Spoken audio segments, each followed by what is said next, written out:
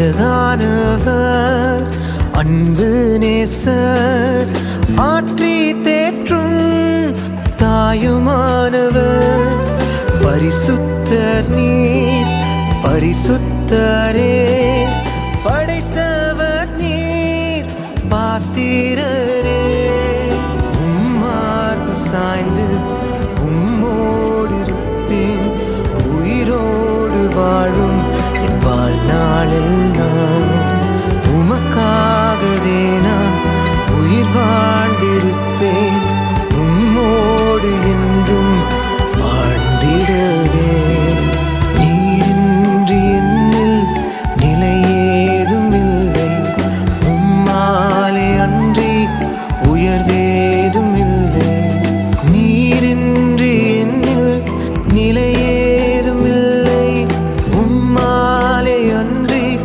உயர்வேதும் இல்லை நீரின்றி என்னில் நிலையேதும் இல்லை உம்மாலே அன்றி உயர்வேதும் இல்லை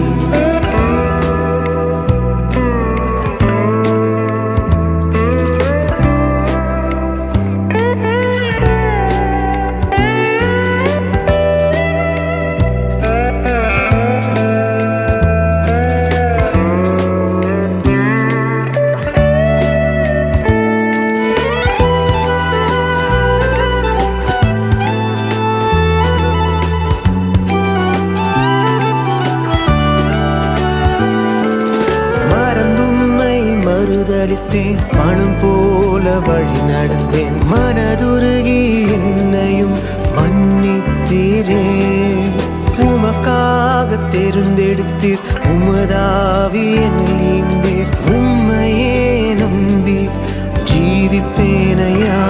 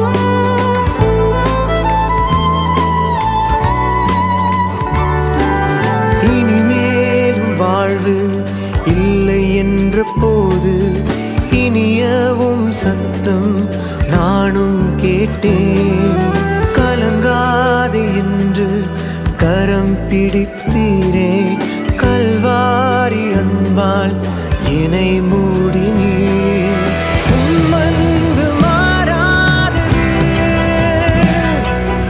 ஒரு நாளும் அழியாதது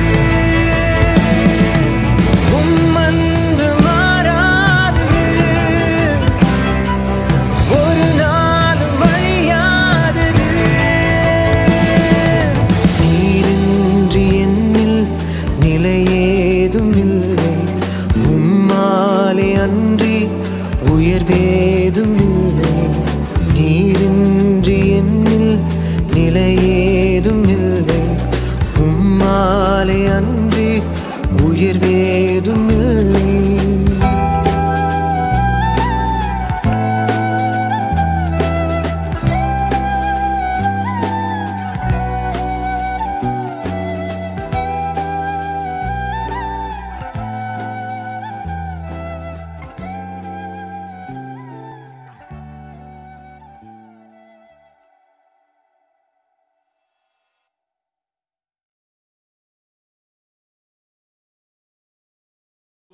மன்றாடி ஜெபித்தோம். இன்றைக்கு காலை வேளையிலும் கர்த்தருடைய பிரசன்னத்திலே காத்திருந்து என் இதயத்தை தாழ்த்தி தேவனுடைய வார்த்தைக்காக என் இருதயத்தை சாய்த்து கர்த்தருடைய பிரசன்னத்தில் காத்திருந்தேன். ஒரு காரியத்தை ஆண்டவர் நம்முடைய சபைக்காக உணர்த்தும்படியாக தேவ ஆவியானவர் இருதயத்தில் வைத்ததை நான் கண்டேன். சொல்லுங்காமே.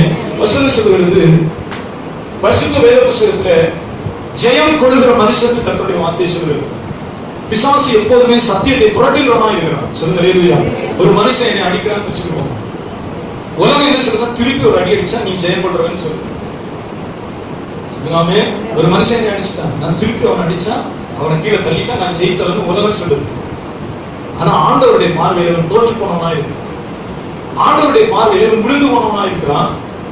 அவன் ஜெயித்தவன் அல்ல.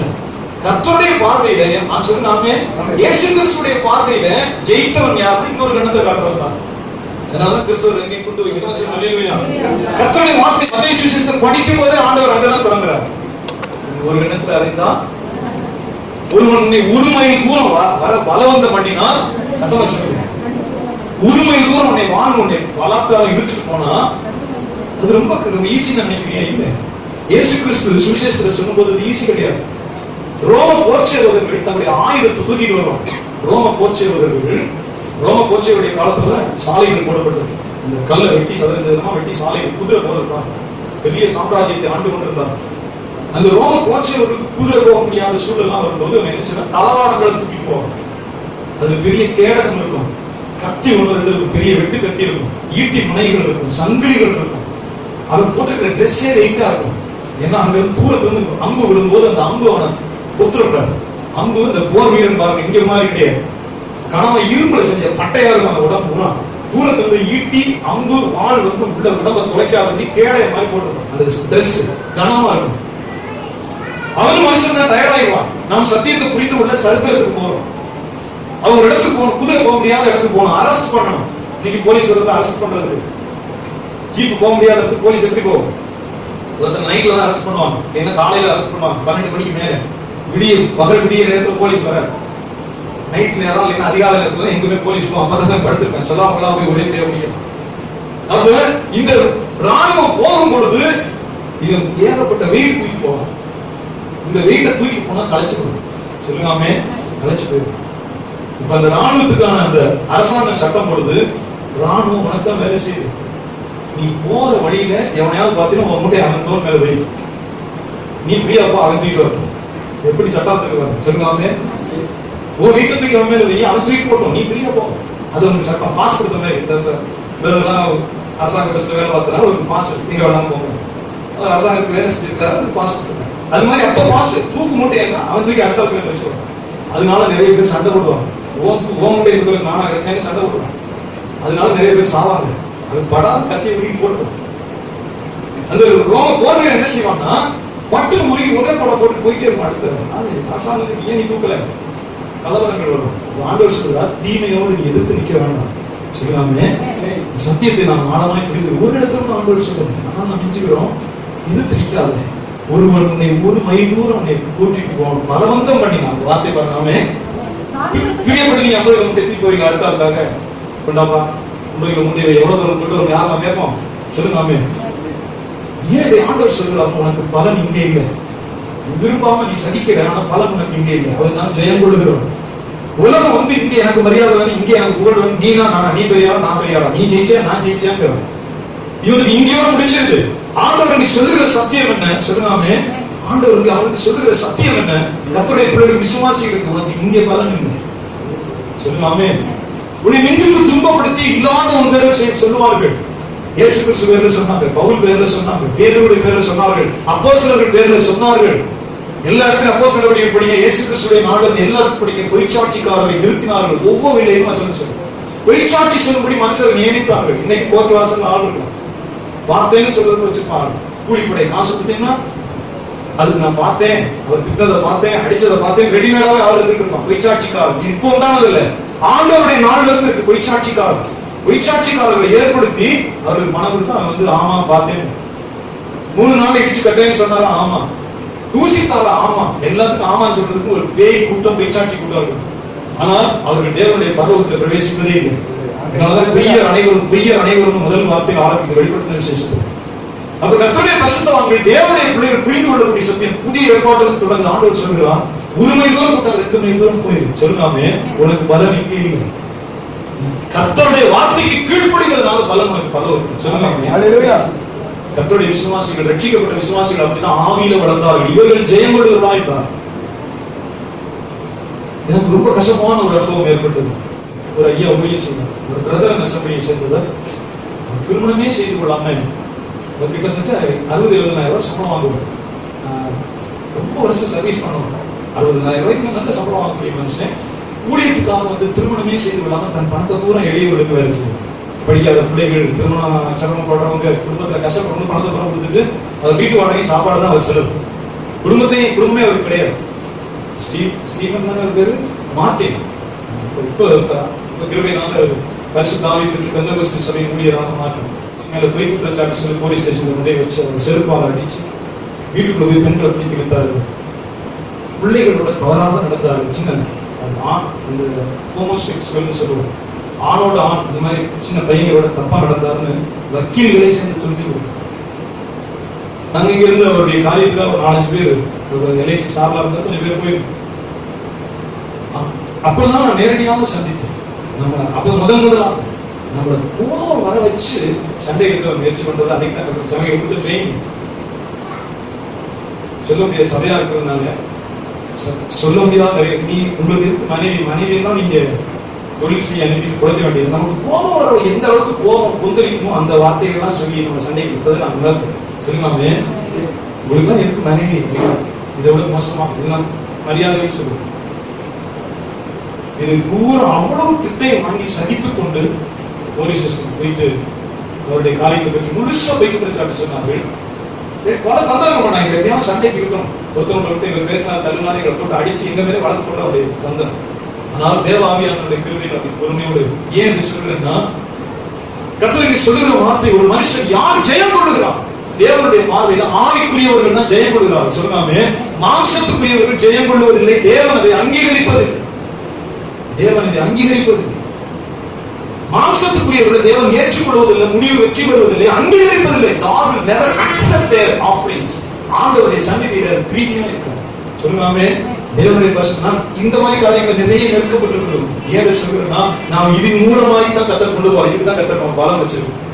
நம்ம நன்மை செய்யறோம், ஒருத்தர் நம்மளை பாராட்டா அது பெரிய விஷயமே இல்லை. நம்ம நன்மை செய்வோம், நேர்மையா நடக்கும், ஒருத்தர் நம்மளை குற்றம் சொல்லுவோம். அதை நாம் சகித்துக் கொள்ளும் போது பரலோகத்தில் பலன் அவர்கள் தான் ஜெயம் பெற்றவர்கள். சொல்லாமே உங்கள் பேரில் இல்லாதது பொல்லாதை சொல்லி பொய்யாய் குற்றம் சாட்டுவார்களானால், பொய்யாய் சொல்வார்களானால் சந்தோஷப்பட்டு கடிகூறுங்கள், பரலோகத்தில் உங்கள் பலன் மிகுதியாக இருக்கும். வாசிக்க பார்ப்போம். என் நிமித்தம் உங்களை நிந்தித்து துன்பப்படுத்தி, என் நிமித்தம் கிறிஸ்துவின் நிமித்தம், இயேசு கிறிஸ்துவின் நிமித்தம், இயேசு கிறிஸ்துவின் நிமித்தம். சொல்லாமே அப்ப கர்த்தர் நிமித்தம் நமக்கு ஒரு துன்பம் வருது. நம்ம மேல ஒரு பொய் குற்றச்சாட்டு, ஒரு அவமானம், ஒரு திருட்டு போட்டான், ஏதோ நம்ம மேல சுமத்தப்படுது.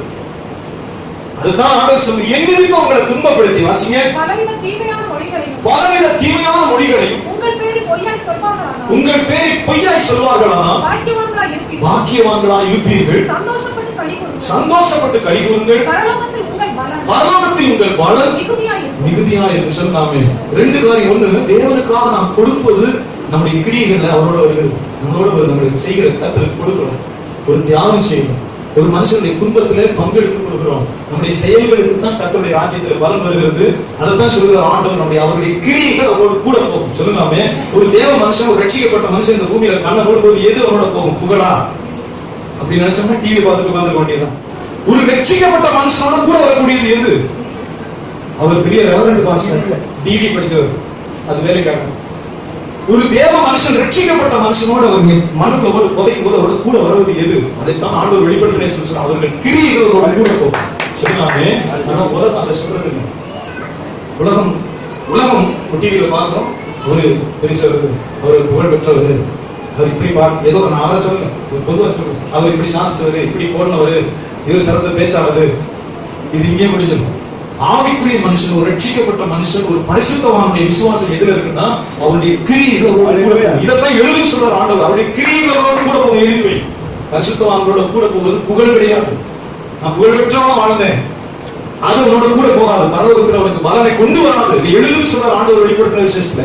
சிலர் பாத்தீங்கன்னா யாருக்கும் எந்த உபயோகமே இல்லாம வாழ்வாங்க. பரலோகத்துல பெரியவர் சிறியவர் உண்டா? சீக்கிரம் சொல்லுங்க. இல்ல ஒரு கல்யாணம் பண்ற மாதிரி பெரிய கல்யாணம் பண்ற வரைக்கும் ஆளுக்கு ஒரு வெள்ளை எங்கேயும் இருக்கு, குருத்தோட சின்ன பிள்ளை மாதிரி குருத்தோட லைன்ல பால்வாடி போய் நிற்போமா?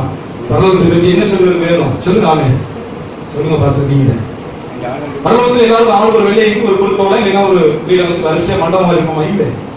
வசனம் சொல்கிறது பரலோகத்துல பெரியவன் சிறியவன் என் வலது பக்கத்தில் உட்கார்றது பிதாவினால் யாருக்கு அருளப்பட்டதோ. பரலோகத்துல வித்தியாசமான நிலைகள் இருக்கு. கொரிந்தியர் எபிசோட்ல ஆழமாய் போதிக்கிறோம். சூரியனுடைய மகிமை வேற, சந்திரனுடைய மகிமை வேற, நட்சத்திரங்களுடைய மகிமை வேற. பரலோகத்துல மனுஷனுடைய மகிமைக்கு மகிமை வித்தியாசப்பட்டிருக்கிறது. இரத்த சாட்சிகளுடைய கூட்டம் தனியா இருக்கு.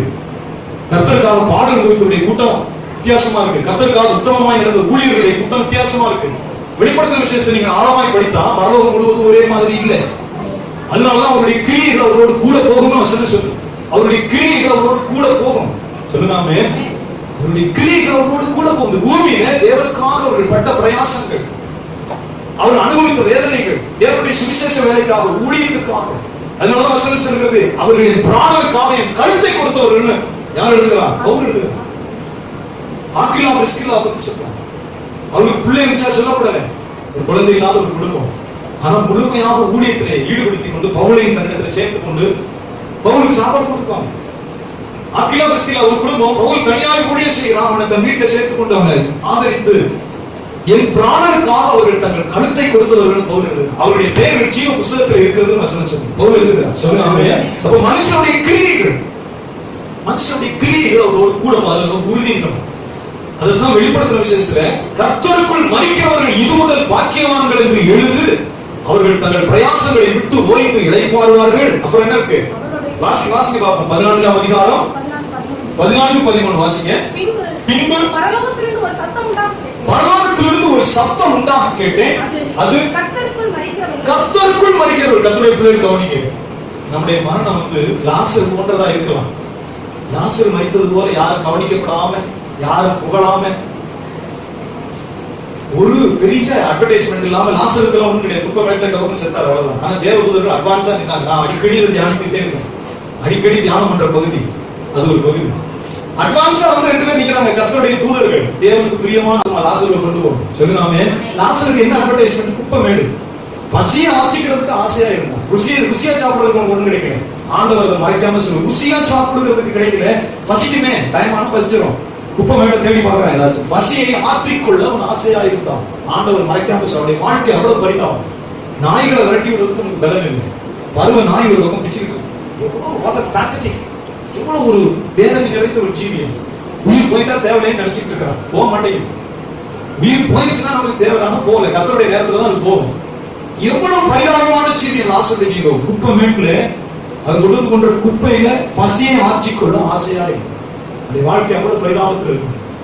ஆனால் வேதம் சொல்கிறது அவன் ஜீவனை, அவருடைய ஆத்மா, அவருடைய ஜீவன் அவனை விட்டு போகும்போது தேவதூதர்கள் ஏற்கனவே வந்திருக்கிறார். சொல்லுங்க. கர்த்தருடைய மகிமை எவ்வளவு விளக்கு இருப்பாங்க. தேவனுக்கு பிரியமானவர்களுக்கு அதான் நடக்குது. ஸ்தேவான் இங்கே கல்லெறிந்து கொல்லப்படுகிறான்.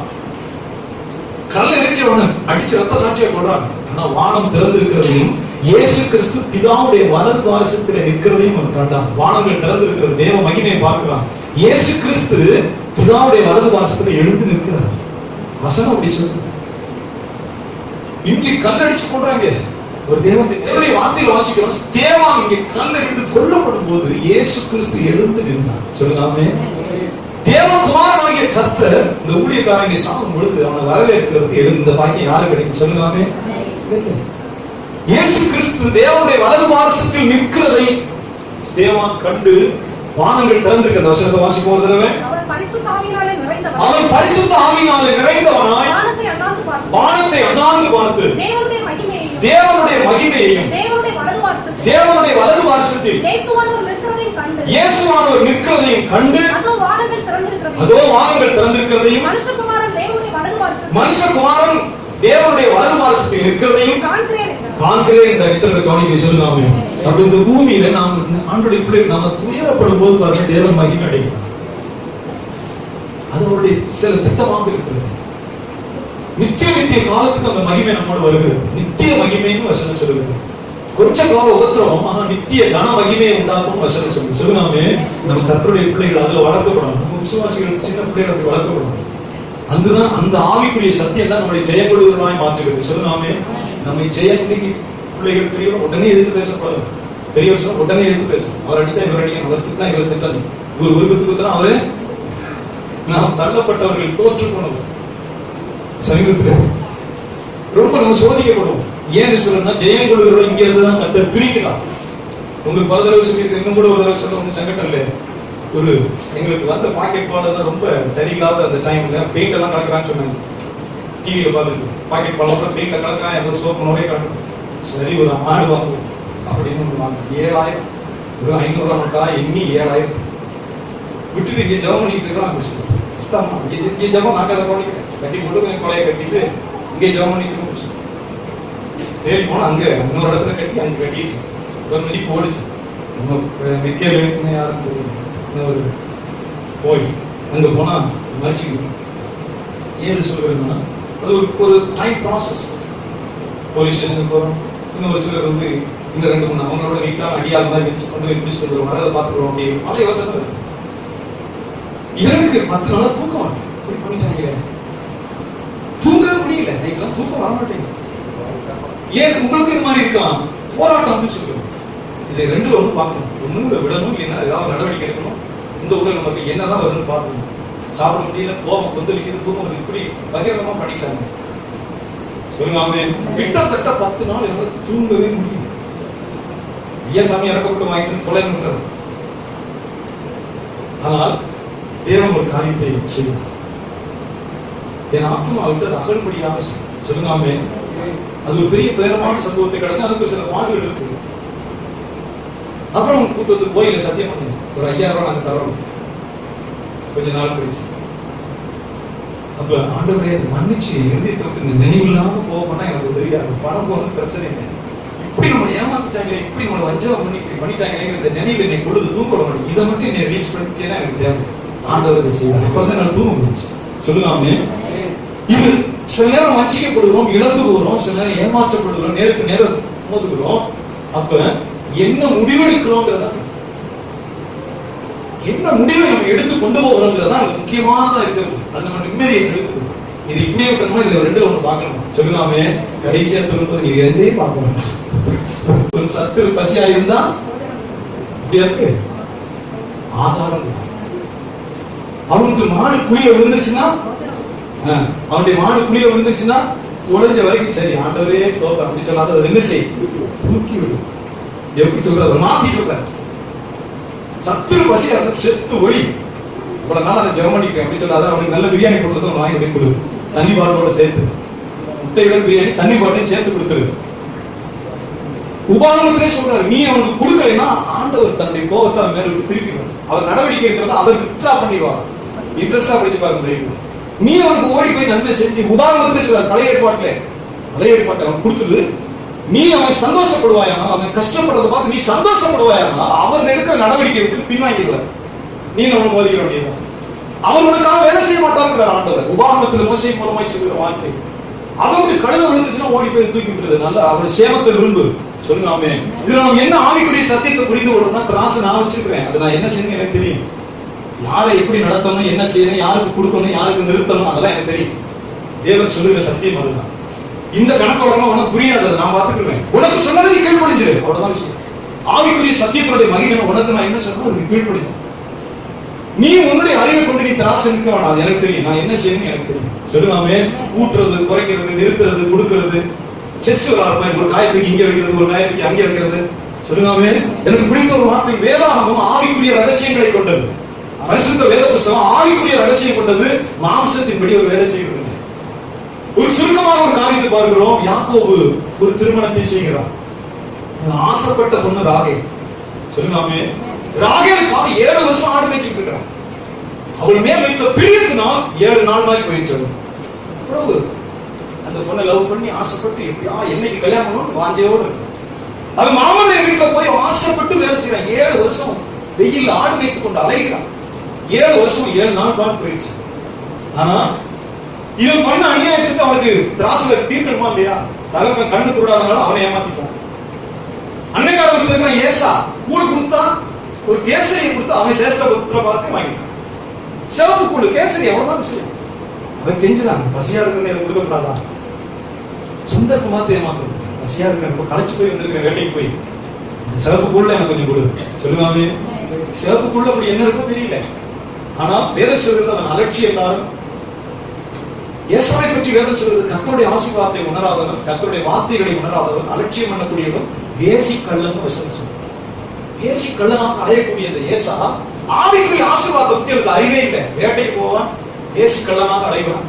ஒருவேளை போஜனத்துக்கு எதிர வேணாலும் கையெழுத்து போட்டு கொடுப்பான். ஒரு புத்தி இல்லாத ஒரு மனுஷன். அந்த புள்ள தகப்பன் பிறந்தது பயபக்தியா இந்த ஈசாக்கு கூடிய ஒரு புள்ள தரம் கட்டப்பட்டு பயபக்தியா தேவனிடத்துல பயபக்தியா இந்த ஈசாக்கு ஒரு புள்ள பிறந்தது ஏசி கடனாக. ஒருவேளை சாப்பாடுக்கு யாருக்கு கையெழுத்து போட்டு எதோ எடுத்து கையெழுத்து போட்டுவான். புத்தி சொல்லுதாமே, ஆனால் கடினமா உழைப்பான். ஏசாவை பற்றி வேதம் அப்படிதான் சொல்லுகிறது. வேட்டைக்கு போயிட்டு கண்டதையும் அடிச்சு கொண்டு வருவான். கூடாரத்துல குடியிருக்கிறது. தாய் தகப்பன் என்ன சொல்றது? அதெல்லாம் காதவன் இருக்காரு. தாய் தகப்பன் என்ன சொல்றது? அவங்களுக்கு என்ன புரியும்? ஒரு உணர்ந்து கொள்கிற இருதயம் இல்லை. ப்ரூடென்ட் ஆங்கிலத்தில் விவேகம், ப்ரூடென்ட் விவேகம் அது இல்லை அவன். ஆனால் பசியோடு நிற்கிற ஏசா கேட்கிற அந்த கூழ்ல கொஞ்சம் கொடு. சொல்லுங்காமே, எத்தனை பேர் கவனிக்க? அந்த நேரம் பார்த்துதான் அப்படிங்கிற பாருங்க தாய் சேஷ்டபுத்திரம் பார்த்த இந்த கையில கூலி இந்த கையில. விசுவாசி ரொம்ப ஜாக்கிரதையா இருக்கும். லாஸ்டம் அப்படிதான் சந்தர்ப்பம் பார்த்து நம்ம சாட்சியம்னா அடுத்து அவர் வச்சிருப்பாரு வெடி. அதெல்லாம் தாண்டி போறதெல்லாம் வருஷம் ஓடிட்டே இருக்கும். சிற்பம் பண்றாலும் குட்டிக்காரன் போடுவோம். அவர் கூட்டி சாவி வச்சு பேசாம இருப்பாரு டைம் வர்ற வரைக்கும். ஊட்டி சாவியை வச்சாருன்னா அவர் டயத்துல வந்து எடுத்து தரப்பாரு. அது ஆண்டவரோட நடந்தா மட்டும்தான் பழகம் முடியும், இல்லைன்னா புரிய முடியாது. கர்த்தருடைய வேத வாக்கியம் சொல்கிறது இந்த கையில கூடு, இந்த கையில கையெழுத்து. அவன் அதை பத்தி கையெழுத்து போடு.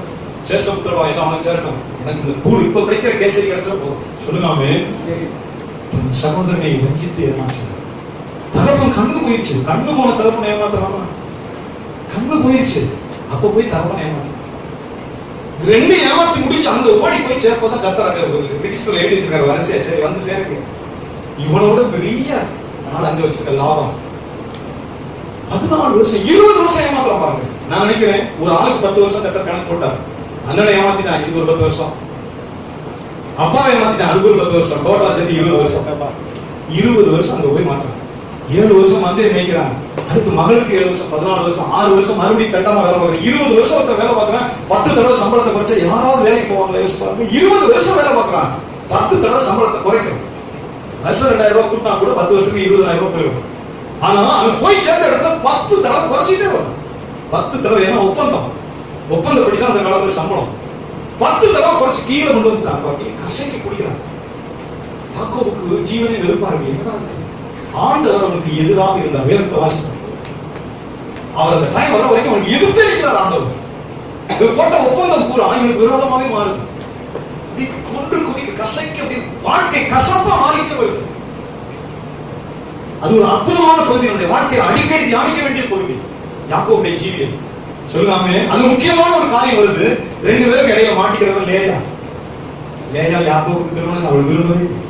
இந்த லாபான் கொண்டு வந்து லேயால கட்டி வைக்கிறான். லேயால கட்டி தலைமை கட்டுறான். வசனம் சொல்கிறது, லேயால் அற்பமாய் எண்ணப்பட்டாள் என்று கர்த்தர் கண்டு. சொல்லுங்காமே, மேஜிஸ்ட்ரேட் மேல இருந்து பார்க்குற மாதிரி பார்க்கலாம். எல்லாத்தையும் தீர்மானிக்கிற அளவில் அப்படி போயிட்டே இருக்கு. லேயால ரொம்ப இழிவா நடத்துறேன். யாக்கோபு தலைவர் கட்டினாங்க. நான் விரும்புறேன் கண்ணு ஒரு பக்கம் எடுத்துட்டு நான் இவன் தங்கச்சிக்காக தானே கஷ்டப்பட்டு இப்படி ஆடு மாடு மேய்ச்சி வெயில கிடந்து கஷ்டப்பட்டு உன்னை கொண்டு நீ தலைவர் கட்டி என்னென்ன சொன்னாலும் தெரியல. ஆனா வசனம் சொல்கிறது ஒரு வார்த்தை தான். வசனம் சொல்லு, லேயால் அற்பமா எண்ணப்பட்டால் கர்த்தர் கண்டு. சொல்லுவாமே, இந்த வார்த்தை நம்ம ஆழமா விசுவாசம். தாழ்மையுள்ளவனை காண்கிறார், பெருமையுள்ளவனை காண்கிறார், பாவியை காண்கிறார், வஞ்சிக்கிறவனை காண்கிறார். நீ என்ன செஞ்சாலும் God sees that. உன் உள்ள இருதயத்தை காண்கிறார், நினைவுகளை காண்கிறார், நினைவுகளின் தோட்டத்தை அவர் அறிகிறார். லேயால் மேல ஒரு தப்பு கிடையாது. யாக்கோபு கல்யாணம் பண்ணிக்க கேட்கவே கிடையாது. தகப்பன்ட்ட சொல்ல கிடையாது. இந்த தகப்பனுடைய லேயாவை பற்றி யாக்கோபு கட்டுறான். விருப்பம் இல்லாத வாழ்க்கை, கசந்த வாழ்க்கை. நீங்க இந்த பைபிளை படித்து பார்த்தீங்கன்னா ஒரு நாள் தன் வீட்டுல தங்குறதுக்கு லேயால் கெஞ்சது. பிள்ளைகள் பிறந்த பிறகு கூட பைபிளை இன்ட்ரெஸ்டா தியானிக்க போறாங்க. என் புருஷன் ஒரு நாளைக்கு என் வீட்டுல தங்க வந்து கெஞ்சலாம். தங்கச்சிக்கு போய் யோசிப்பாங்க. தங்கச்சி ராகேல்கிட்ட போய், நான் என்னுடைய புருஷனை ஒரு நாளைக்கு என் வீட்டுல தங்க விடுது எவ்வளவு கஷ்டமான வாழ்க்கை. ஆனா வேதம் சொல்கிறது, லேயால் அற்பமா எண்ணப்பட்டால் என்று கர்த்தர் கண்டு. வசனத்தை வாசிக்கிறீங்களா? ஒரு நாளாவது வாசிக்குவாங்க. எத்தனாவது அதிகாரம் எத்தனை வருஷம் வாசிங்க? ஆதியாகமம் 29:31 வாசிங்க. லேயால் அற்பமா எண்ணப்பட்டால் என்று கர்த்தர் கண்டு அவள் கற்ப தரிக்கும்படி செய்தால் ராகேலோ ராகேலோ மலடியா இருந்தாள். இந்த வசனத்தை நீங்க வீட்டுல ஆழமாய் தியானித்து பாருங்க. திராசை 2 திராசை தூக்கி பிடிக்கிறார் ஆண்டவர். 2 பேருக்கும் 2 மனைவி ஆயிடுச்சு. யாக்கோபுக்கு ராகேலும் லேயாலும் மனைவி மாறிடுச்சு. இப்ப இவனுடைய பாசம் நேசம் ஒரு அல்வா வாங்கிட்டு வந்தாருன்னா ராகேலுக்கு தான் உட்பார் பண்ணுங்க. ஒரு ஓவியமான பண்டம் வாங்கிட்டு வந்தா ராகேலுக்கு தான் உட்பார் பண்ணுங்க. இந்த மாதிரி சோறு போட்டாரான்னு தெரியல. என்னத்தை அலட்சியம் பண்ணி வேலைக்காரியோட அலட்சியம் பண்ணிட்டார். அதுக்கு துக்கம் தாங்க முடியல, வேதனைப்படுது. இப்ப தேவனை நோக்கி என்ன ஆண்டவரே தலையில வெட்டி பெரிய பாடா இருக்கு, நானா விரும்பி அவனை கட்டினேன், எங்க அப்பா பிடிச்சி அவனை கட்டி வச்சுட்டாரு, என்னென்ன சொல்லிச்சோ தெரியவே இல்லை. அப்ப கர்த்தர் கண்டு சொல்லாமே God listened, God listened her voice. கர்த்தர் அவளுக்கு செவி கொடுத்தார் வசனம் சொல்லுங்க. அப்ப லேயாள் அப்பமா என்னப்பட்டாளுக்கு தேவன் கண்டு ராகேல் பிள்ளை பெறாதபடி அழைச்சிட்டு லேயாள் கற்பந்தற்படி கிருபை செய்தார். இது ரெண்டே ஈக்குவல் பண்றது அவர் செய்யற வேலை. தன்னால ஆசைப்பட்டு பிள்ளை இங்க ஓடி வருவா. எங்க ஓடி வருவா? அக்காவுக்கு பிள்ளை தூங்க. பைபிள் இன்ட்ரெஸ்டா படிச்சு பாருங்க. இங்க லாக் பண்ணிட்டு இங்க என்ன செய்யறாரு? அந்த பகுதி முழுவதும் படிச்சு பாருங்க, ஆச்சரியமா இருக்கும். இப்ப ஒரு குமாரனை கொடுத்தாரு, இப்ப என் புருஷன் என்னோட வாசம் பண்ணுவான். லேயாள் விரும்பினது ஒண்ணுமே கிடையாது. என் புருஷன் என் வீட்டுல என்னோட இருப்பார், அதுதான் அவளுக்கு விருப்பம். அதை வாங்கி கொடுப்பாரு, இதை வாங்கி கொடுப்பாரு, அதெல்லாம் அவளுக்கு கிடையாது. எனக்கு இன்னொரு குமாரன் வந்துட்டான், இப்ப என்னை நேசிப்பான். அதே நினைக்கிறான். படிக்கும் பொழுதெல்லாம் அழுகிறது, அது விளையாட்டு கதை இல்லை. படிக்கும் பொழுதெல்லாம் கண்ணீர் வந்து ஓடும். தேவனாகவும் தகப்பனாகவும் நின்று அவர் திராசத்தை கையில் வைக்கிறார். குடி. இவ்வளவு அலட்சியமா அற்பமா கேவலமா நினைக்கிறதுனால இவ்வளவு தூக்குறாரு. இப்ப நான் பேரலைக்கு நான் பெரிய ஆளு, சரி கொஞ்சம் உட்காந்து உட்காந்து பாத்துக்கிறோம், டைம் ஆகட்டும். ஒவ்வொருத்தர் முறையில் உட்காரு. ஹெட் மாஸ்டர் கம்பு சொல்லுவாரா இல்லையா? அங்க போய் பேசாம உட்காரு, நான் சொல்லுவாரு எங்க உட்காரு. தூக்கி நிறுத்துறான் ஆண்டவர். இவ்வளவு கூட்டு வரிசையா உள்ள வந்துட்டே வரிசையா அந்த வார்த்தையை நாம் ஆவிக்குரிய கண்ணோடு தியானிக்கணும், மகிமையா இருக்கும். அது மட்டும் வாசிக்க பார்ப்போம். லேயாள் கர்ப்பவதியாகி ஒரு குமாரனை பெற்று கர்த்தர் என் சிறுமையை பார்த்தருளினார். என்ன சொல்றா பாருங்க, கர்த்தர் என் அவமானத்தை பார்த்தா. என்னை உறுத்த கூட கண்டுக்கவே மாட்டேங்கிறான். எல்லாரும் கேவலப்படுத்துறாங்க, கண்டுக்க மாட்டேங்கிறான். சோறு போடுறாங்க, அவமானப்படுத்துறாங்க. என்னை ரொம்ப இழிவா நினைக்கிறேன். சிறுமைனா அஃப்ளிக்ஷன், சிறுமைனா அவமானப்படுத்துறது. 2 பேருக்கு நடுவுல ஒருவேளை லேயாள் கூச்ச பார்வையா இருந்ததுனால, அழகு இல்லாதவங்களா இருந்ததுனால யாக்கோபு எல்லாருக்கும் முன்னாடி அவமானப்படுத்திருக்கான். என்னதுக்கு லாயக்கில்லை, கலந்து கொண்டே தலையை கட்டிட்டான். அப்ப என்ன சொன்னாலும் தெரியல. வசனம் சொல்லுகிறது அவளுடைய சிறுமையை பார்த்து. சொல்லுவாமே அஃப்ளிக்ஷன். அஃப்ளிக்ஷன்னா அவமானப்படுத்தப்படுவது. அவர் சொல்லுகிறார் என் சிறுமையை பார்த்து. வாசிக்க வசனத்தை. கர்த்தர் என் சிறுமையை பார்த்தருளினார். கர்த்தர் என் சிறுமையை பார்த்தருளினார். இப்பொழுது என் புருஷன் என்னை நேசிப்பார் என்று சொல்லி. எப்படி அவருடைய ஆதங்கத்தை பாருங்க. அவருடைய ஆதங்கம் எப்படி இருக்கு சொல்லுவாமே. இப்ப என் புருஷன் கல்யாண நாளுக்கு பட்டு வாங்கி கொடுப்பாரு, இல்லைன்னா ஏதாவது போண்டாவில் கூட்டிட்டு போவாரு, இப்ப இல்ல. இல்லைன்னா ஏதாவது வீடு கட்டி கட்டில் மெத்த வாங்கிட்டு வர, அதெல்லாம் சொல்லுது. இப்ப என் புருஷன் என்ன செய்வாரு? சத்தமா சொல்லி, புருஷன் என்ன செய்வாரு? பெண் உண்மையா விரும்புகிறது அல்ல. புருஷன் நேசிப்பாரு. ரொம்ப வேதனைப்படுத்துறேன், அவமானப்படுத்துறேன். ஏன்டா உன்னை கட்டினு தொந்தரவா இருக்கு, ஏன் உயிரோட ரொம்ப கஷ்டமா இருக்கு. ஒரு பிள்ளையை கத்துட்டேன், இந்த பிள்ளைக்காக என்கிட்ட வந்து என்னை நேசிப்பார், அவருடைய விருப்பம். ஆனா நடக்கட்டும். வாசிக்க தொடர்ந்து மறுபடியும் ஒரு கர்ப்பவதியாகி ஒரு குமாரனை பெற்று நான் அப்பமா எண்ணப்பட்டதை கர்த்தர் கேட்டார். 2வது தடவை என்ன சொல்றா? அவருக்கு அது நீங்கவே இல்லை. ஏனென்றால் அவருடைய குடும்பங்களுக்கு நடக்கிறது பாவத்துல முடியும். நமக்கு தெரியாது. கொஞ்சம் படிச்சிருப்போம், வசதியா இருப்போம், கொஞ்சம் அழகா இருப்போம், வேற யாராவது இதெல்லாம் ஒரு கழுதை, இதெல்லாம் ஒரு சபைக்கு வர லாயக்கான்னு நினைச்சிருப்போம். கூட்டி சாமி வச்சிருவாரு. இது பாவம், அது பெரிய பாவம். வசனம் சொல்கிறது 2வது தடவை ஒரு குழந்தையை பெற்றுட்டு சொல்றான், நான் அற்பமா எண்ணப்பட்டேன். ஒரு கணக்குலயே நான் இல்ல, மனைவி கணக்குலயே என்னை வச்சுக்கல, ஒரு மனைவி கணக்குலயே நினைக்கல, அற்பமா எண்ணப்பட்டேன். வாசிங்க. கர்த்தர் கேட்டார் அப்படின்னா இவனையும் எனக்கு தந்தார் என்று சொல்லி, அவனுக்கு சிமியோன் என்று பெயரிட்டார். பின்னும் அவள் கர்ப்பவதியாகி ஒரு குமாரனை பெற்று என் புருஷனுக்கு 3 குமாரனை பெற்றபடியினால் அவர் இப்பொழுது என்னோட சேர்ந்திருப்பார் என்று சொல்லி, இப்போது என் வீட்டுல வந்து சாப்பிடுவாரு. இவர் என்னைக்காவது ஒரு நாளைக்கு தான் வருவாரு. இந்த பிரச்சனை நீங்க நல்லா தியானித்து பாருங்க, ரொம்ப இன்ட்ரெஸ்டா இருக்கும். அது கெஞ்சி கூத்தாடி கூப்பிடணும். லாயர் அந்த லேயா கெஞ்சி கூத்தாடி என் வீட்டுக்கு இன்னைக்கு வரணும்னு கெஞ்சணும், அப்பதான் அவர் வருவார். அப்ப பார்த்து ஆண்டவர் ஒரு குழந்தை கொடுத்தார். ஆண்டவர் நாம் கண்டு கொள்கிற காரியம் என்ன? சத்தியத்துல அவர் நின்று நியாயம் தீர்க்கிறவராக இருக்கிறார். சொல்லாமே அவர் நின்று திராட்சை கையில வச்சுட்டு பேலன்ஸ் பண்றார். யாக்கோபுக்கு ஒரு பக்கம் பேலன்ஸ் பண்றாரு, லேயாவுக்கு ஒரு பக்கம், ராகேலுக்கு ஒரு பக்கம், எல்லா பக்கம் நின்று அவர் பேலன்ஸ் பண்றார். அதைத்தான் நாம் கற்றுக்கொள்வோம். 3 குமாரனை பெற்றுட்டேன், 3 பிள்ளைகளை பாசமா வரதுனால என்னை பாசமா நினைப்பாருன்னு கெஞ்சுகிறான். அப்படின்னு நடக்கல. வாசிங்க. அப்பொழுது லேயா, ஆ. தேவன் எனக்கு நல்ல ஈவை தந்தார். தேவன் எனக்கு நல்ல ஈவை தந்தார். என் புருஷனுக்கு நான் 6 குமாரனை பெற்றபடியால், என் புருஷனுக்கு நான் 6 குமாரனை பெற்றபடியினால் இப்பொழுது அவர் என்னுடனே வாசம் பண்ணுவார் என்று சொல்லி, அவளுடைய விருப்பம் வேற எதுவுமே இல்லை. 6 பிள்ளைகள் பெற்றாச்சு. ராகேல் பொண்ணு உனக்கு கொடுக்கப்படாது. 6 பிள்ளை பிறந்த பிறகு அவளுடைய வாஞ்சை, இப்ப என் புருஷன் என் வீட்டுல என்னோட இருப்பார், இப்ப என் புருஷன் என்னோட இருப்பார், என் வீட்டுல இருப்பார். அவளுடைய வேதனை உண்மையாக சொல்லணும்னா, அவளுடைய வேதனையை அவளை பார்த்து கேட்டா தான் புரியும். அவளை பார்த்து கேட்டா தான் புரியும். இவளுடைய வேதனை படுத்தப்பட்டபடியினால் ராகேலுக்கு இந்த பிரச்சனை இல்லை. நம்ம புரிந்து கொள்ளணும். இவளுடைய வேதனை படுத்தப்படுகிறான் லேயா. இந்த பிரச்சனையை ஆண்டவர் அங்க இருக்கிறார். ஆண்டவர் கேட்கிறார், ராகேல் புள்ள விடலைன்னா சாகு சொல்லுங்காமே, புள்ள விடலைன்னா சொல்ல இருக்கா இல்லையா? வாசிங்க. ராகேல் தான் யாக்கோபுக்கு பிள்ளைகளை பெறாததை கண்டு, ராகேல் தான் யாக்கோபுக்கு பிள்ளைகளை பெறாததை கண்டு தன் சகோதரியின் மேல் பொறாமை கொண்டு, தன் சகோதரியின் மேல் பொறாமை கொண்டு யாக்கோபை நோக்கி எனக்கு பிள்ளை கொடும், இல்லாவிட்டால் நான் சாகிறேன் என்றார். இல்லாவிட்டால் சாகிறேன். உண்மையை நீங்க கவனித்தீங்கன்னா ராகேல் மூக்கு மூலியமா தோல் தான் இருந்துச்சு, அப்படியே நல்ல புத்தியே கிடையாது. ராகேலுக்கு இருந்தது தோல், வெள்ளத்தோடு என்னமோ கொஞ்சம் வாட்ட சாட்டம் அழகா இருந்திருக்கக்கூடிய நல்ல புத்தி சுத்தமா கிடையாது. சரி, இதை தேவன் செஞ்சுட்டு இருக்கிறார். அங்க கிருபையை ரிலீஸ் பண்றாரு, நமக்கு இங்க லாக் ஆயிடுச்சு, நமக்கு இது இருக்கு, நம்ம ஆண்டவர்கிட்ட போகணும்னு அது தெரியல. நீ புள்ளை கொடு, இல்லைன்னா நான் சூசைட் பண்ணிக்கிறேன் சொல்லலாமே. புள்ளை கொடு இல்லைன்னா ஒரு நல்ல விசுவாசம் இல்லை. பிள்ளை கொடு இல்லைன்னா அவளுக்கு மட்டும் என் குழந்தை பிறந்துட்டே இருக்கு, 6 பிள்ளை, நான் இப்படி இருக்கிறேனே. யாக்கோபு சொல்கிறான், நான் தேவனா சொல்லுங்காமே, நான் செஞ்ச பாவத்துக்கு தான் அவர் திராச கையில முடிச்சுட்டு என்னை கொள்ளோபடுன்னு சொல்றாரு. 20 வருஷம் நான் இங்க மாட்டிக்கு முடிச்சுட்டு இருக்கிறேன், ஊருக்கு தெரியாம. 10 தடவை சம்பளத்தை கூட்டுவாங்க பார்த்தா குறைச்சிட்டே இருக்கிறான். ஏதோ உயிரை கையில பிடிச்சிட்டு இங்க உட்கார்ந்துட்டு இருக்கேன் பரதேசியா சொல்லுங்காமே. என் தகப்பனுக்கு என் சகோதரன் செய்த பாவத்துக்கு தான் இந்த தண்டனை நான் சுமந்துட்டு இருக்கேன். இவ வேற கேட்கிறான், திரும்பி கேட்கிறான், உள்ளவங்களை செத்து போறேன். நான் கடவுளா சொல்லுங்காமே, நான் தேவனா, நான் தேவனா, என்னை பார்த்து கேட்கிறீங்க சொல்லுங்காமே. ஏன் இதை நம்ம புரிந்து விடுறா? கர்த்தருடைய பரிசுத்த ஆவியானவருடைய உள்ளத்துக்களை புதுப்பிப்பார், கிருபையினால நிரப்புவார். ஆவிக்குரிய மனுஷர்கள் சத்தியத்தை புரிந்து கொள்கிறார்கள். ஆவிக்குரிய வல்லமை, ஆவிக்குரிய ஜெயம் தேவன் பார்க்கிறது வேற. மாம்சத்துல ஜெயம் கொள்கிறவர்கள் வெட்கப்படுகிறார். மாம்ச சிந்தையில, மாம்ச கிரியையில நாம் ஜெயிக்க விரும்பி நாம வெட்கப்பட்டுப்போம். அது தேவன் ஏற்றுக்கொள்ள மாட்டான் சொல்லுங்காமே. முதல்ல ஆரம்பம் நல்லா இருக்கிற மாதிரி தெரியும், ஆனா முடிவு நல்லாவே இருக்காது. கர்த்தருடைய கிருபை இருக்காது, விருத்தி இருக்காது, தேவனுடைய சகாயம் இருக்காது.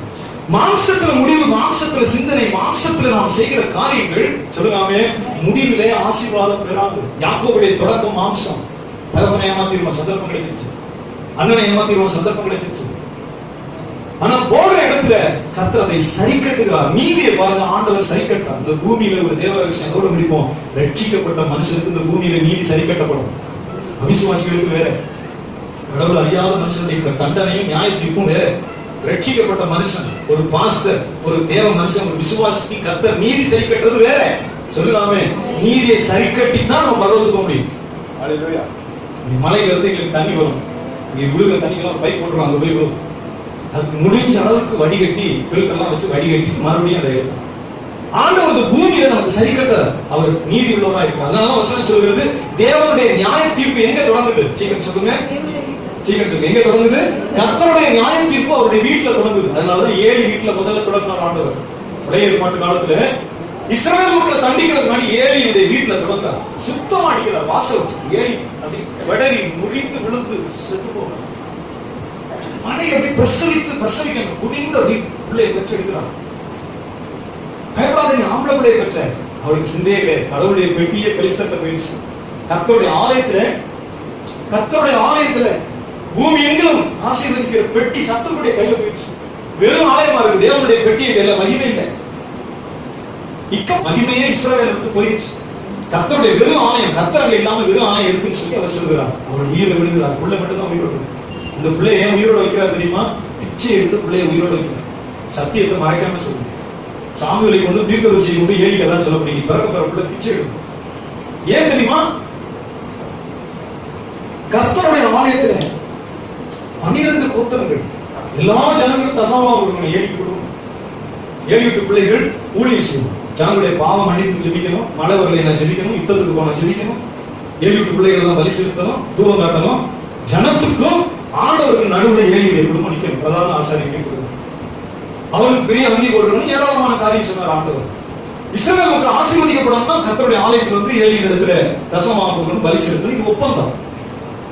அப்படின்னு என்ன அர்த்தம்? நீங்க மம்பட்டி பிடிச்சு சாப்பிட வேலை இல்லை. ஜனத்துக்காக நீ ஜெபம் பண்ணணும், ஜனத்துக்கு போதிக்கணும், ஜனத்துக்கு மன்னிப்புக்காக ஜெபிக்கணும், மனைவர் என்ன ஜெபிக்கணும். தேவன் தேசத்தை ஆசீர்வதிக்க நீ ஜனத்துக்கு நடுவில் நிற்கணும். அவ்வளவுதான். சொல்லுதாமே. இன்னும் சொல்ல போனா ஏலி நீதிபதியாக இருக்கும்.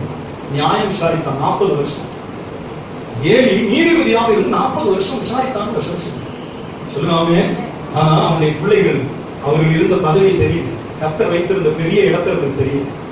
கர்த்தர் எவ்வளவு உயரத்தில் வைத்திருந்தாலும் அவனுடைய பிள்ளைகள் அறிவில்லாதபடினால விபச்சாரிகளாக பிள்ளைகள் மாறினார். கர்த்தருக்கு செலுத்துகிற பலியை கொடுக்கணும். கர்த்தரை பயபக்தியோட பரிசுத்தமா நினைக்கல. பலி செலுத்துறபடி பச்சை கரியா கூட நான் பொறிச்சு சாப்பிடுறேன், சுட்டு சாப்பிடுறேன். ஜனங்களுக்கு தெய்வ பயம் இல்லாமல் பண்ணினார். அதனாலதான் ஆண்டவர் தீர்ப்படுகிறார். உன்னை கொட்டு கொட்டு நான் கொடுத்து உன்னை மேல வச்சிருந்தேன். உன்னையும் பிள்ளைகளை கொட்டு கொட்டு கொட்டி மேல உயரத்தில் வச்சிருந்தேன். சொல்லுங்காமே. இப்ப நான் செய்ய போறது உன்னுடைய பிள்ளைகள் சந்ததிகள் சாப்பாடுக்கு கையேந்துவார். குமித்து சாப்பிட முடியாத குமித்து உனக்கு வச்சிருந்தேன், உயரத்தில் வச்சிருந்தேன், நீதிபதியா வச்சிருந்தேன். நீ தேவனை பற்றிய தெய்வ பயம் இல்லாமல் போயிடுச்சு. தேவனுக்கு பயப்படுறதுன்னா என்னன்னு தெரியல. அதனாலதான் அந்த மருமகள் பெற்றோர் பிள்ளையை உயிரோடு வைக்கிறார். பிள்ளை உயிரோடு இருக்கு. பெற்றெடுத்த தாய் செத்து விடுகிறார். அந்த பிள்ளைகளுடைய தகப்பன் 2 பேரும் யுத்தத்துல செத்து போறார். ஒரே நேரத்துல முழு தீர்ப்பை எழுதுறார். பிள்ளைகளை உயிரோடு வைக்கிறாரே. பிள்ளையும் கொண்டிருக்கலாம். மக்கள் வந்து பேசிக்கிறது யாருக்கு பிள்ளைப்பா? ஏழு பிள்ளைகள். ஏன் பிச்சை எடுக்குது? கர்த்தருக்கு பயந்து நடக்குது. ஜனங்கள் பேசிக்கொள்ளணும். கர்த்தர் தீர்ப்பை பாருங்க. ஜனங்கள் இஸ்ரவேல் ஜனங்கள் காதுல பேசணும். ஏன் அந்த 7 பிள்ளைலாம் பெரிய தேவ மனுஷனுடைய பிள்ளைலாம் பிச்சை எடுத்துட்டு அலையுது? தேவன் அப்படி வைத்தார். ஜனங்கள் பார்க்கட்டும், பேசட்டும், எடுக்கட்டும். நான் தேவனை கடினமானவராக நான் நினைக்கல. தேவனுக்கு பயந்து நடக்கிறது ஜனங்கள் விட்டாங்க. தேவனுக்கு பயந்து நடக்கணும்னு ஆரம்பிச்சு கடவுளுக்கு பயந்து நடக்கிறத பத்தி ரொம்ப பேசுங்க. ஆண்டவர் எடுக்கும். ஏறி சொல்கிற வேதம் சொல்கிறது, ஆவிக்குரிய மனிதர் ஆசீர்வதிக்கப்படுகிறார்கள், ஆவிக்குரியவர்கள் ஜெயம் பெறுகிறார்கள். ஆவிக்குரிய காரியத்தை தேவன் பெரிதாக நினைக்கிறார். சொல்லுங்க. கர்த்தருடைய பரிசுத்த நாமத்துக்கு மகிமை உண்டாவதாக. ஆகவேதான் தேவனுடைய நியாய தீர்ப்பு அவருடைய வீட்டுல தொடங்குது. இந்த பூமியில ரட்சிக்கப்பட்ட மனுஷர்களை, நீதிமான்களை, பாஸ்டர்களை அவர் சரி கட்டணும். வடிகட்டின பிறகு பரலோகத்துக்கு போவோம். சொல்லுங்க. வடிகட்டின பிறகு நம்ம தேவனுடைய ராஜ்யத்துக்கு போவோம். அதனாலதான் பரிசுத்த பவுல் தேவ ரகசியத்தை சொல்லும்போது அவர்கள் அந்த நாளில் ரட்சிக்கப்படும்படி சிட்சிக்கப்பட சாத்தானுடைய கையில ஒப்பு கொடுத்தேன்னு பவுல் சொல்றார். அவருடைய ஆவி அந்நாளில் ரட்சிக்கப்படும்படி அப்படிப்பட்டவருடைய ஆவி. அது ஏன் பவுல் சொல்லும்போது ஒரு தேவ ரகசியம். சில பார்ப்போம் இந்த பூமியில அது நம்ம விவரித்து சொல்ல முடியாது. துணிஞ்சு பாவம் செய்யக்கூடிய நிலைமைக்கு ரொம்ப கஷ்டமா இருக்கும். விசுவாசிகளுக்கு சொல்றேன். விசுவாசிகளே ஒரு வசதி வாய்ப்பா இருப்பாங்க, அல்லது படிச்சிருப்பாங்க, நிறைய பிசினஸ் பண்ணுவாங்க. துணிஞ்சு சில பாவங்களை செய்யும் போது அவருடைய கடைசி நாள் ரொம்ப கொடூரமா இருக்கும். இவர் நல்லா ஜெபிக்கிறவர், நல்லா பாடுறவர், நல்லா சாட்சி சொல்வார், நல்லா ஊழியம் செய்வார், அதெல்லாம் செஞ்சவர் தான். ஆனா இந்த பூமியில கொஞ்சம் வடிகட்டி கரையெல்லாம் முடக்கி கொஞ்சம் சுத்தப்படுத்தி தான் பாத்திரத்தை வைக்க முடியும். அந்த வேலையை அவர் செஞ்சுக்குவார். சொல்லுங்க.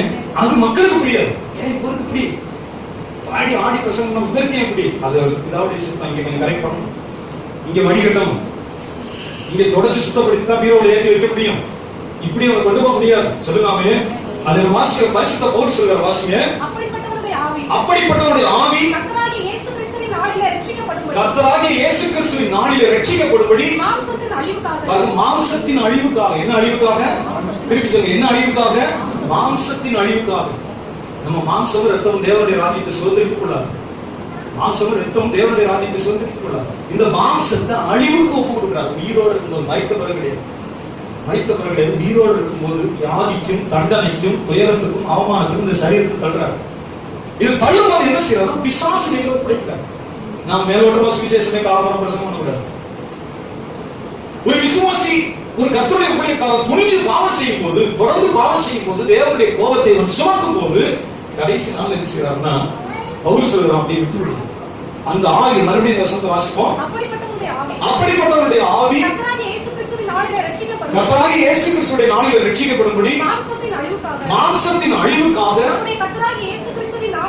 நம்முடைய கர்த்தராகிய இயேசு கிறிஸ்துவின் நாமத்தினாலே அவனை சாத்தானுக்கு ஒப்பு கொடுக்க வேண்டும் என்று தீர்ப்பு செய்கிறது. மேலோட்டமான சத்தியம் அல்ல, சபையின் அதிகாரம் ஆளுகையுமா இருக்கு. அது நீங்கள் ஆராய்ந்து பார்த்தா ஒரு தேவ ரகசியமா இருக்கு. எப்படி சவுல ஆண்டவர் பொல்லாத ஆவிக்கு ஒப்பு கொடுத்தாரோ, அபிஷேகம் பண்ணப்பட்ட சவுல பொல்லாத ஆவிக்கு ஒப்படைக்கிறார். பொல்லாத பிசாசுகள் அவர்களுக்கு புகுந்த நிம்மதியை கெடுத்து யாரை பார்த்தாலும் கொலை செய்யறது, ஈட்டியை எரிகிறான், கொடூரமானவனாய் மாறுகிறான். பரிசுத்தாவின் அபிஷேகம் பண்ணப்பட்டது சவுலுக்குள்ள ஆண்டவர் பொல்லாத ஆவிகளை அவனை கட்டளையிட்டு அப்படி தள்ளுறார். அதனாலதான் கிருபை அவனை விட்டு விலகப்பட்டது. கர்த்தருடைய கிருபையை கவனிக்கும் பொழுது நாம் தேவனுக்குள்ள ஆவிக்குரியவர்களாக முன்னேறும் போது தேவ கிருபையையும் கர்த்தருடைய வழிநடத்துதலையும் தேவ ஆசீர்வாதங்களையும் பெற்றுக் கொள்கிறோம். எழுந்து நின்று ஜெபம் பண்ணுவோம். ஸ்தோத்திரம் ஆண்டவரே.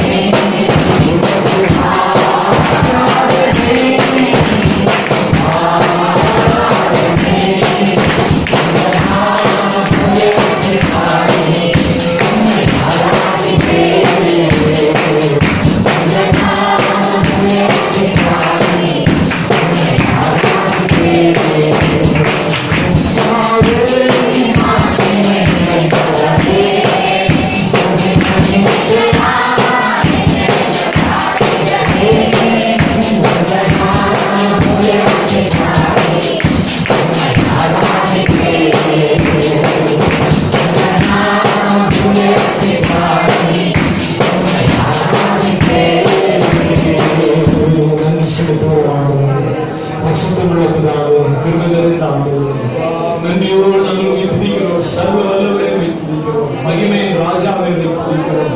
என்றென்று வாழ்ந்து ஆட்சி செய்கிறவரை உம்மை துதிக்கிறோம். சதா காலங்களில் அரசாளுகிறவரை உம்மை துதிக்கிறோம். சர்வ வல்லவரை உம்மை துதிக்கிறோம் ஆண்டவரே. மகிமையின் ராஜாவை உம்மை துதிக்கிறோம். பரிசுத்தமும் சத்தியம் உள்ளவரை உம்மை துதிக்கிறோம். சபையின் ஆண்டவரை உம்மை துதிக்கிறோம். பயப்படத்தக்கவரை உம்மை துதிக்கிறோம். அப்பா, நன்றி செலுத்துகிறோம். இந்த நல்ல ஆசீர்வதிக்கப்பட்ட ஆராதனைக்காக நாங்கள் உம்மை துதிக்கிறோம். நாங்கள் ஆவிக்குரியவர்களாய் ஜீவிக்க, பரிசுத்த ஆவிக்குள்ளே ஜீவிக்க, பரிசுத்த ஆவியின் சிந்தையோடு ஜீவிக்க, ஆவியின் சிந்தை